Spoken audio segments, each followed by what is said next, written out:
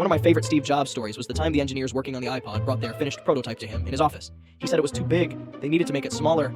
They said it was as small as they could make it. It couldn't be made any smaller. So he took the prototype over to his aquarium and dropped it in. The iPod sank to the bottom, and as it did, tiny little bubbles came out. See those bubbles, he asked? They're air inside the iPod. Make it smaller.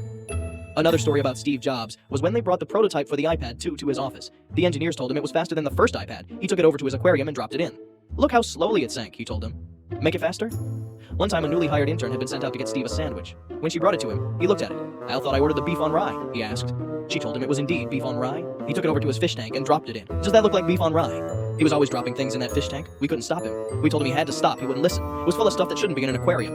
The fish had all died years ago. One had been crushed under an early generation iMac. The others were all poisoned. He didn't care. It got to the point where there was no room for anything in the fish tank. When we emptied it after he died, we found a body in there. We never found out who it was.